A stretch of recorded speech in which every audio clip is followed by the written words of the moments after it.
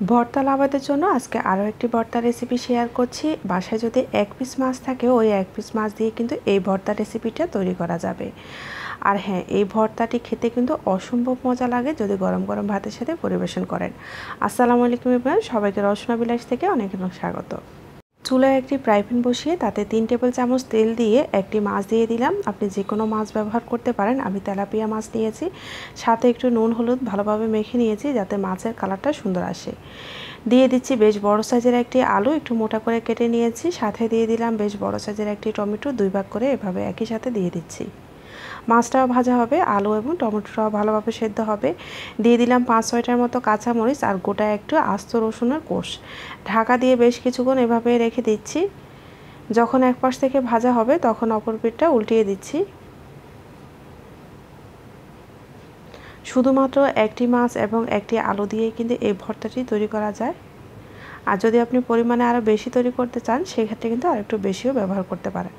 এক পাশ উল্টানো হয়ে গেলে আবার অপর পিঠটা দিয়ে আমি ঢাকা দিয়ে রাখবো।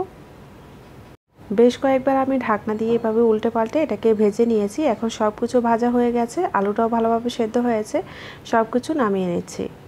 ভর্তাতে পেঁয়াজ ব্যবহার করব যাতে কাঁচা পেঁয়াজের গন্ধ না থাকে, সেজন্য আমি 2 টেবিল চামচ সরিষার তেলের সাথে হাফ কাপ পেঁয়াজ কুচিকে জাস্ট একটু নেড়ে চেড়ে নামিয়ে নিলাম।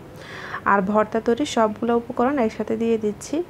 অ্যাড করছি স্বাদ মতো লবণ। লবণের পরিমাণটা কিন্তু বুঝে ব্যবহার করবেন। মাছ ভাজার সময় কিন্তু আমরা কিছুটা লবণ ব্যবহার করেছি। আর এই ভর্তার সুবিধা হলো আপনাকে শিলপাটায়ও বাটতে হচ্ছে না, হ্যান্ড ব্লেন্ডারও ব্লেন্ড করতে হচ্ছে না, সব কিছু কিন্তু হাতেই মেখে তৈরি করা যায়। সব কিছু মাখা হয়ে গেলে দিয়ে দিচ্ছি কিছুটা পরিমাণ ধনেপাতা কুচি, দিয়ে আবারও ভালোভাবে মেখে নেব। ভর্তাটি তৈরি করে যদি সঙ্গে সঙ্গে খান সেক্ষেত্রে কিন্তু আমি বলবো কাঁচা পেঁয়াজটাই ব্যবহার করুন, কারণ যে কোনো ভর্তাতে কাঁচা পেঁয়াজ ব্যবহার করলে এটার টেস্টই কিন্তু অন্যরকম হয়। আমি যেহেতু আগে থেকে তৈরি করে ভোর রাতের জন্য রাখবো সেজন্য ভাজা পেঁয়াজটা ব্যবহার করলাম। সব শেষে দিয়ে দিব কিছুটা পরিমাণ সরিষার তেল। এখন ভালোভাবে মেখে আপনাদের সাথে পরিবেশন করছি। দেখতেই পাচ্ছেন কত সহজে মজাদার একটি ভর্তা রেসিপি তৈরি হয়ে গেল। ভর্তা তৈরি করতে অনেক ঝামেলা, তাই জন্য কিন্তু অনেক ব্যাচেলার ভাই বোনেরা আছে যারা ভর্তা তৈরি করতেই চান না, তবে ভর্তা খেতে অনেক ইচ্ছা করে।